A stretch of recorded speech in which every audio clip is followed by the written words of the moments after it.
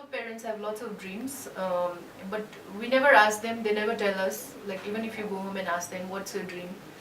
I'm sure your parents will say, why are you asking unnecessary question, okay? But try and find out what their dream is, right?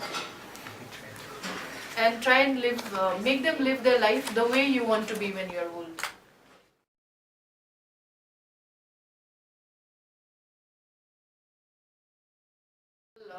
Social entrepreneurship is a very debatable topic, you know. Many people might say that as a business also you are a social enterprise, employing people, you know, you're giving jobs to people. But what I believe in is the fact that if what differentiates a social entrepreneur and an entrepreneur is the intention. Why did someone start a venture, you know? If you started a venture because you wanted to make profit, then it's purely business, you are an entrepreneur.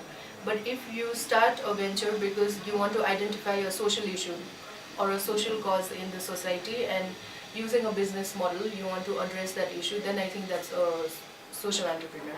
And that's what we are trying to do at Bihani.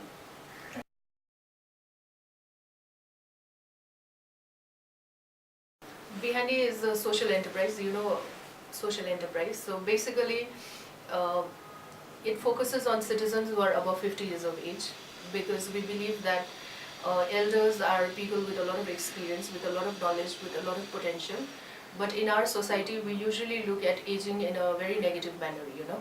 As you grow older, or when we look at an elder person, we look at them as more weak, dependent. But what we decided to do at Bihani was basically provide a platform so that we can continue exploring the experiences that they have.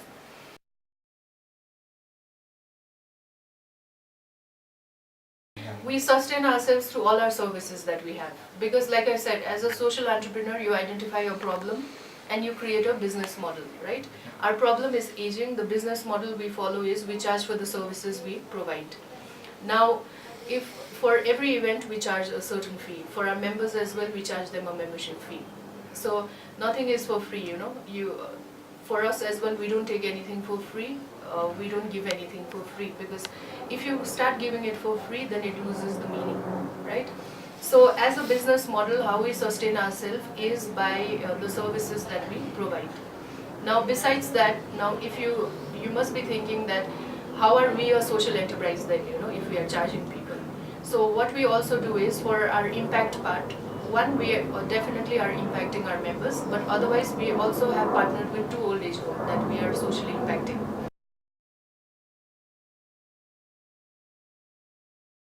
First and foremost, one of the biggest problems globally as well as in Nepal is migration.